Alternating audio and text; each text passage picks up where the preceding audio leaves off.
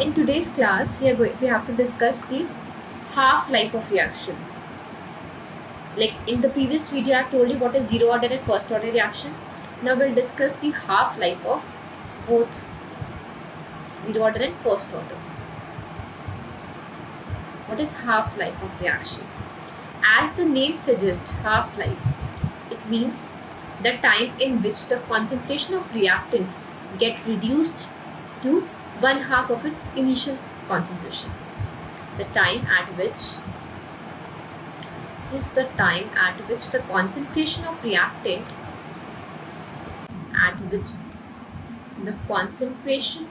reactant gets reduced to one half of its initial concentration. Gets reduced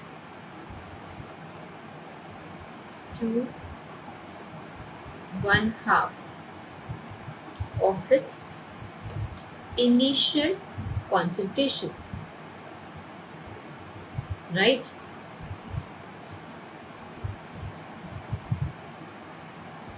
Of its initial concentration.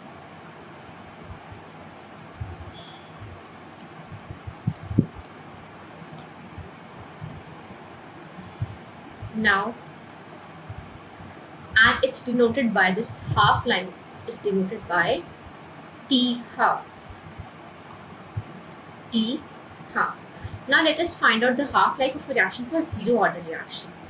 For a zero order, what is the formula? For zero order, the formula is AT is equals to A naught minus KT. Now we know that at time t is equals to 0, the initial concentration is A naught, A0, and with time t, it becomes T half. That is what happens. Means T half, the 50% of reaction has completed. So what amount of AT is left? AT is the amount of concentration of A left. So it is A naught by 2 because 50% has been converted into product. So we have only 50% of the reactant left with us.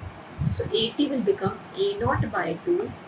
It will become A naught minus K T half. So on solving this will come this side. We'll have T half is equals to A naught upon 2K. This is for zero order reaction. So can we simply say for zero order reaction, T half is directly proportional to the concentration of reactants. Now let us try to find out for first order reaction. For first order reaction,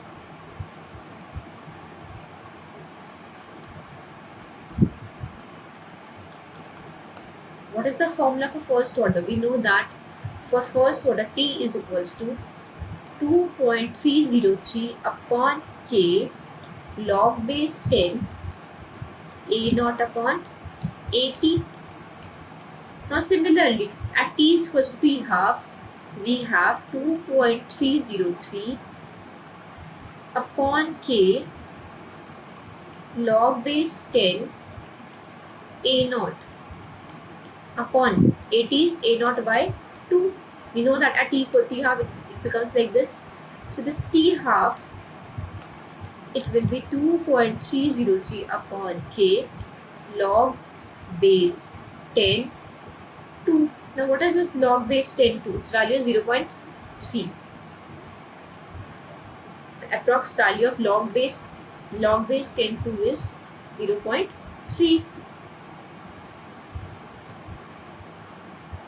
So we have, you can remember some values like log base 2 is 0.3, log base 3 is 0.48, and log base 5 is 0.7. You can remember some values. So T half, it becomes 2.303 into 0.3 will get 0.693 upon K. This is T half, 0.693 upon K. So it is independent of concentration of the reactants, right? But zero order, it's dependent on the dependent on the reaction concentration of the reactants. Now next we have pseudo first order reaction. Now what is this pseudo first order reaction? Pseudo first order reaction. Now what is this pseudo first order reaction? See, what happens in this case is pseudo first order reaction. Like we have an ester. You can take any ester, C3H3, COOCH, C2H5. Suppose I'm taking this. Hydrolysis of ester is actually an example of pseudo first order reaction. Why? Because experimentally it was found that the rate of the reaction depends only on the concentration of the ester. It's independent of the concentration of water, because we actually take a large amount of water. So this is called, like, if we just see the stoichiometry, it feels that it looks like a second order reaction, but in reality it is a first order reaction. Suppose we take 100 moles of water, and in 100 moles we simply take 10 moles of ester. So we know that since this is a less quantity, so the rate of the reaction depends only on the concentration of ester. So this is an example of pseudo first order reaction. Now today's main topic which we have to discuss is Arrhenius equation, that is effect of temperature on the rate of reaction. We all know that what is the effect of rate? As temperature increases, the reactant molecules will move more rapidly, so the rate of reaction will increase as the temperature increases. And it's been given in your NCERT also that generally on every 10 degree rise in temperature, with every 10 degree rise in temperature, what happens?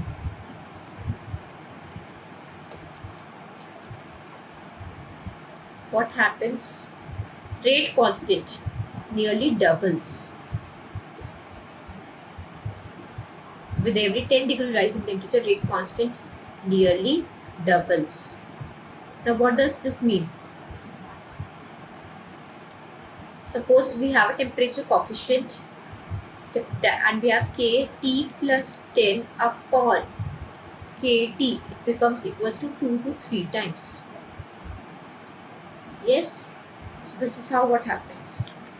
Next we have, let's do one question on this. For a reaction, temperature coefficient is T2, means K, the value of K is given to us 2. Find out if the rate of reaction at 200 degrees Celsius is X, find the rate of reaction is at 80 degrees Celsius. So how will you do this question? We have temperature and rate of reaction.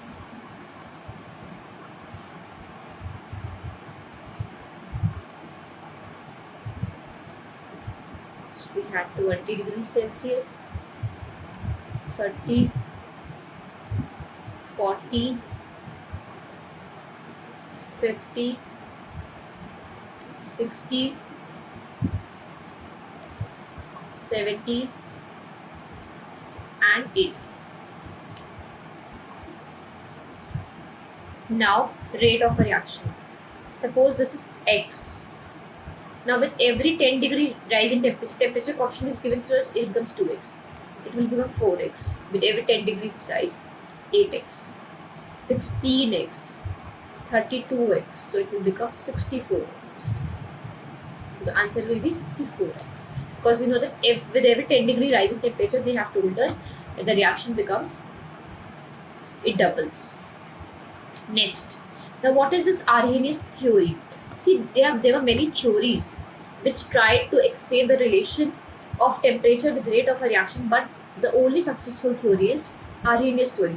So we have to study this, and according to it we have K, rate constant. K is equals to A, e to the power minus EA by RT. This is K, EA, e to the power minus EA by RT. This is the Arrhenius equation. Now what is this rate constant? What is this K? We all know this K is the rate constant. rate constant. What is this K? K is rate constant. What is this A? A is Arrhenius factor, frequency factor, a pre-exponential constant. Arrhenius factor, frequency factor, or another famous term is because it's coming before exponential term, so it is pre-exponential factor, right? Next we have E is activation energy in joule, right? Activation energy in joule. What is EA? Activation energy in joule.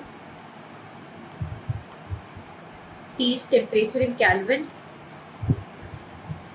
What is T? Temperature in Kelvin. And what is this? Gas. R is gas constant. And since we have activation energy, so we have to take the value 8.314 joule per Kelvin per mole. This is the value, right? Next we have what now. Actually, this Arrhenius took the help of collision theory, and with the help of collision theory, he actually came to the conclusion of this equation.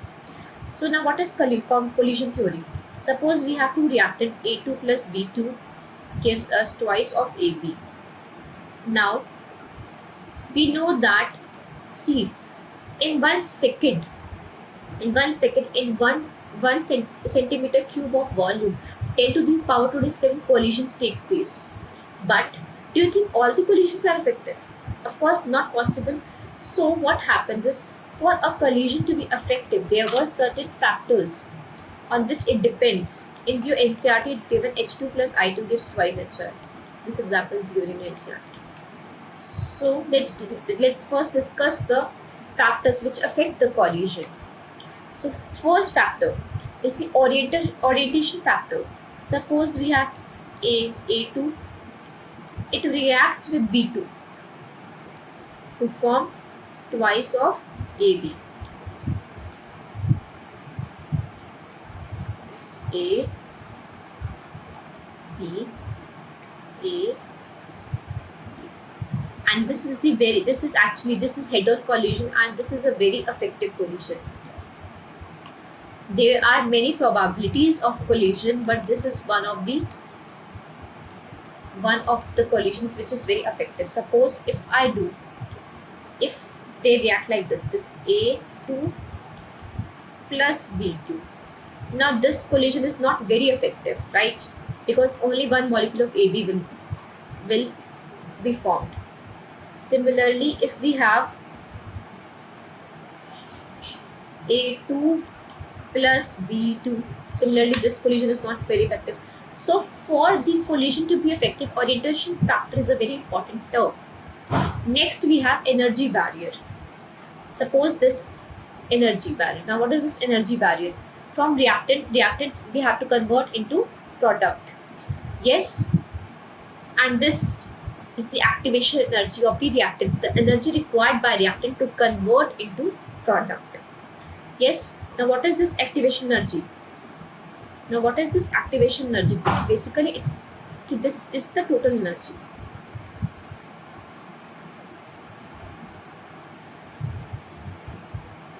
This is the total energy, and this is the energy of the reactants.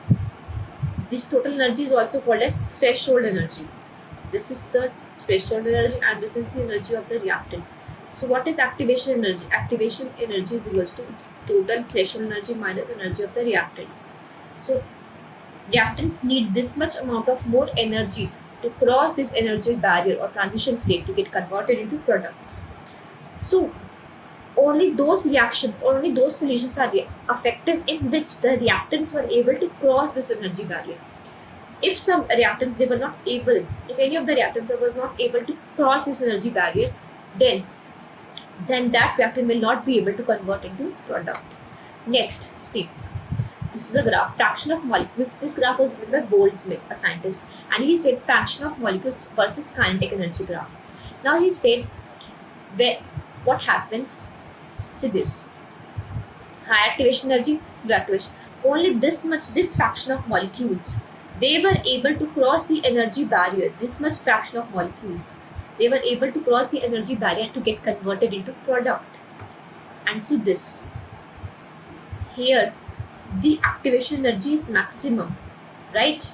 The kinetic energy is maximum, but here you can see kinetic energy is maximum, but not all the molecules were able to cross this energy barrier. And this is most probable kinetic energy. This is what is this most probable kinetic energy.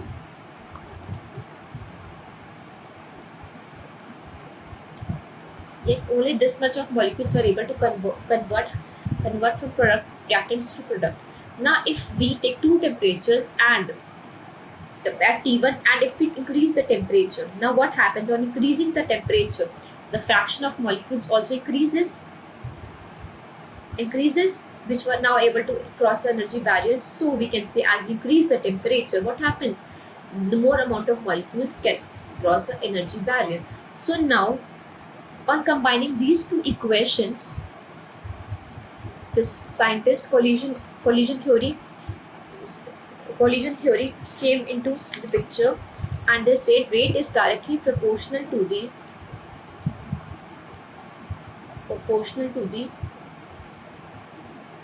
e to the power minus A by RT into number of the effective collisions. Yes, means it depends on the orientation factor also. So using this terminology,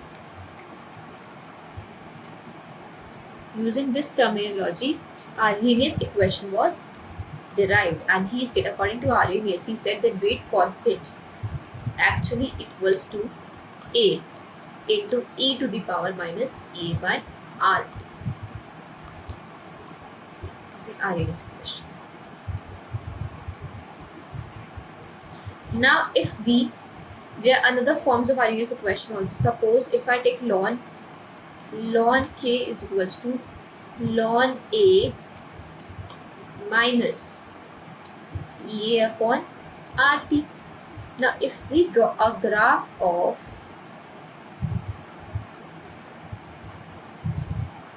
ln K versus 1 upon T, will get a negative slope with value minus A upon R, and the intercept is ln A. Now suppose another way is, we know that ln K is equals to 2.303 log base 10 E.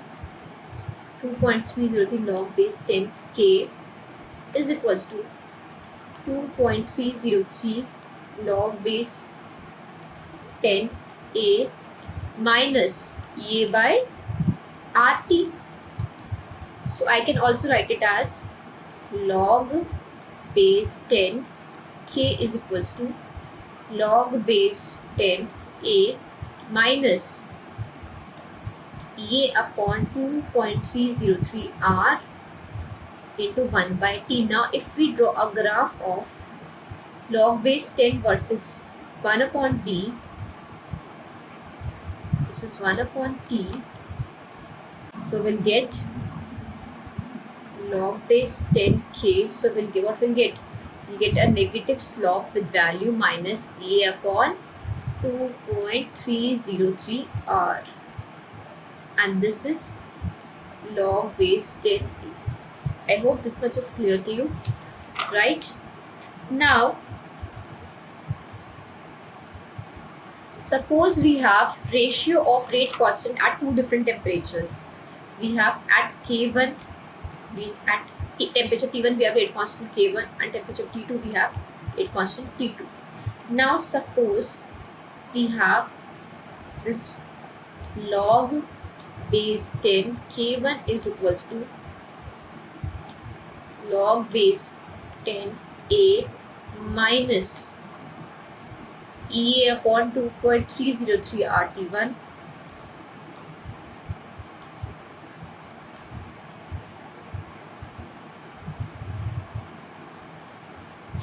log base 10 K2 is equals to log base 10A minus EA upon 2.303 R T2. Yes. So now what happens is, now if we simply subtract equations first from second, we'll get log base 10 K2 minus log base 10 K1. This will get cancelled simply. Yes. And we'll have minus EA by, let's take this common, 2.303 R. Let's take it plus minus 1 upon T2 plus 1 upon T1. Now on solving this, we know that on subtraction log, it will become K2 by K1 is equals to EA upon 2.303 R, and it will be T2 minus T1 upon T1 T2. Yes, the simplest way to learn is that we know that on increasing temperature, the value of rate constant increases. So what will happen? Since we know that T2 is greater than T1, therefore K2 is also will be greater than K1. So this log base 10 K2 upon K1 and EA upon 2.303 R, T2 minus T1 upon T1 T2. I hope this much is clear to you. Yes, there are some exceptions which do not follow Arrhenius equation. On increasing the temperature, what happens is rate may decrease and they do not follow Arrhenius equation. For example, bacterial decomposition. The graph of bacterial decomposition is something like this. What happens? It's like this. What happens? On increasing the temperature, what happens? Initially the rate increases, but after a certain point it starts decreasing. Similarly, oxidation of this and what happens? On increasing the temperature, it decreases.